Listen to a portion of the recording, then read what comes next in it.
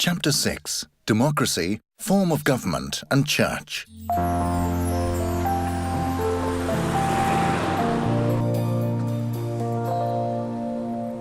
Right here next to me, you can see one of the many monuments that have been erected in Denmark in remembrance of Denmark's constitution, the Grundlov of 1849. The Danish constitution, the Grundlov, guarantees democracy for the people and a large number of personal, social and economic rights for all citizens. For example, the right to freedom of expression, the right to freedom of religion, the right to convene, the sanctity of property, the right to privacy. The Constitution also fundamentally describes how the country is to be governed.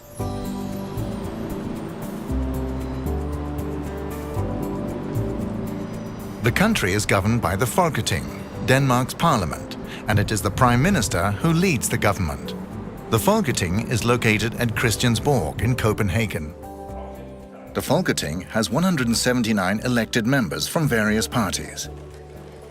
There are small parties and large parties with widely differing opinions. For example, liberals, socialists and conservatives. Disagreement and debate are an important part of democracy. There is a long history of two or more parties cooperating to form the government. People are free to come in and listen to the political debates taking place in the Folketing because its sessions are open to the public. Parliamentary elections for the Folketing take place at least every 4 years. To be eligible to vote in a Folketing election, you must be a Danish citizen and be 18 years of age or older. Consequently, this means that you must have Danish citizenship to vote in a Folketing election. Power in Denmark is divided into 3 branches: legislative, which is the Folketing, executive, which is the government, and judicial, which is the courts of law. The Folketing is the entity that legislates and adopts laws. Led by the Prime Minister, the government implements laws in cooperation with the public administration. And the country's independent courts of law judge and mete out punishment. Denmark is divided into 5 regions and into 98 municipalities.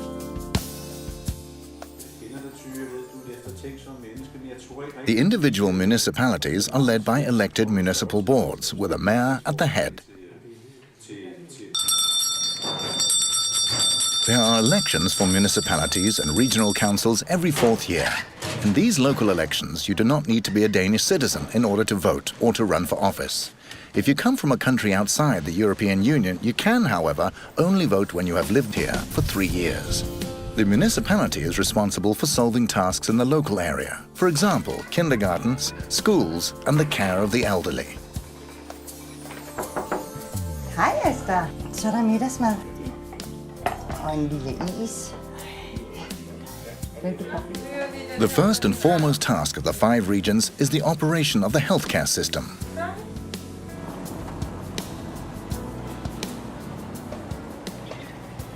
I am the mayor of a medium-sized municipality on Zealand called Køge. We have 56,600 inhabitants.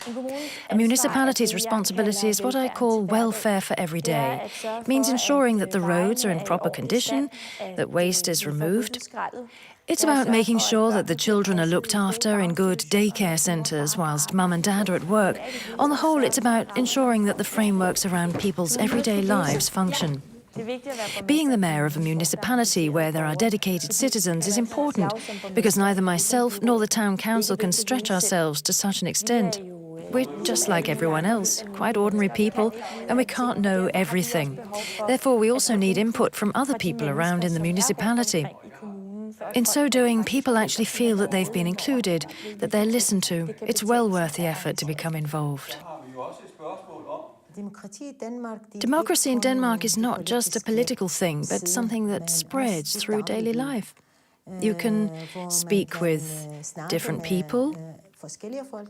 You can participate in various associations. You can write in newspapers. You may read various newspapers.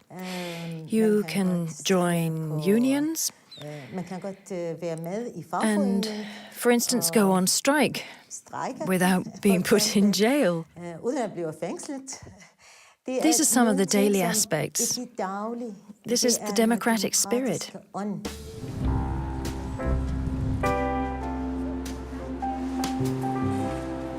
den her grundlov, der står der blandt andet, at Folketinget og regeringen kan ikke The Constitution, the Grundlov, ensures freedom of expression for the individual citizen. This means that you can freely say and write what you believe and think. For instance, the freedom of expression means that the Danish media is not censored. Newspapers and television programs have the right to criticize the government, the military and the Queen, and they're willing to do so. Criticizing religion is also allowed. The legislation, however, has set some limits to what you may write and say. For example, you may not threaten others or make racially offensive comments. Denmark was the first country in the world to legalize pornography. And that was in 1969. And the attitude towards sex is relatively relaxed. It is normal to see scantily clad people in the public domain. Newspapers, magazines, and electronic media often write about sex and sexuality. It has also become conventional for homosexuals to be more open about their sexuality. The prejudices of earlier times have been replaced by greater acceptance.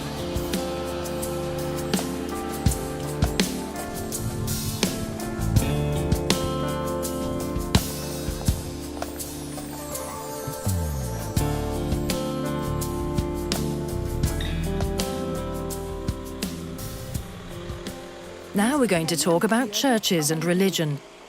Denmark has a Christian national church, the Folkekirke, which is mentioned in the constitution and which has special status. This is the evangelical Lutheran church. The majority of Danes are members of the national church. But there are also some people who are not members.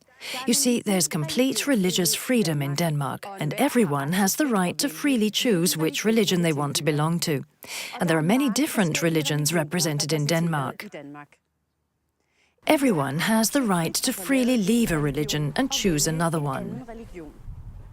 It's forbidden to prevent other people from having a specific religion. In the same way, it's permitted to be an atheist and speak against all religion.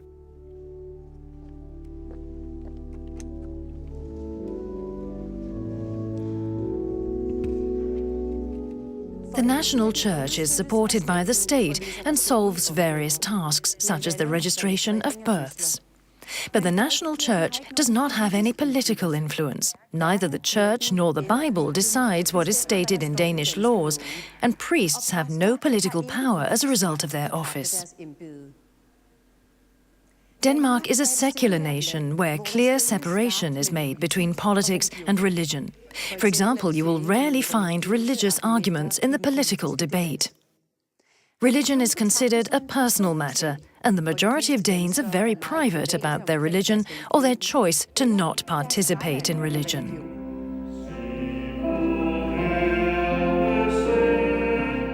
The Danish National Church holds services every Sunday and on Christian holidays. But the majority of citizens rarely attend church, even though they are members of the national church. Many people only attend church on Christmas Eve and for christenings, weddings and funerals. Lov og tak og evig ære være dig, vor Gud. Du som vor far.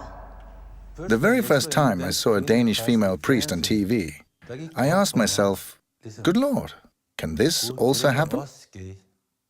But then, shortly afterwards, I thought, well, why not? I mean, women give birth to children, they raise children, they teach children, women can heal people, so why shouldn't they concern themselves with religion?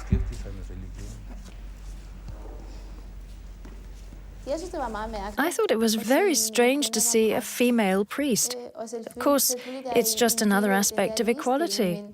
But even so, I thought it was very strange going to church and seeing a woman dressed in priest's clothing. Og det evige liv. Amen. It is illegal to decide which religion other people should follow. There is religious freedom in Denmark. Besides the national church, there are a number of larger and smaller religious communities. Among others, Islamic, Buddhist, Hindu, Jewish and Catholic. Everyone has the right to form their own religious community or their own congregation. As far as public holidays are concerned, they reflect the festivals of the national church. Other religious communities do not automatically have the day off on their religious holidays.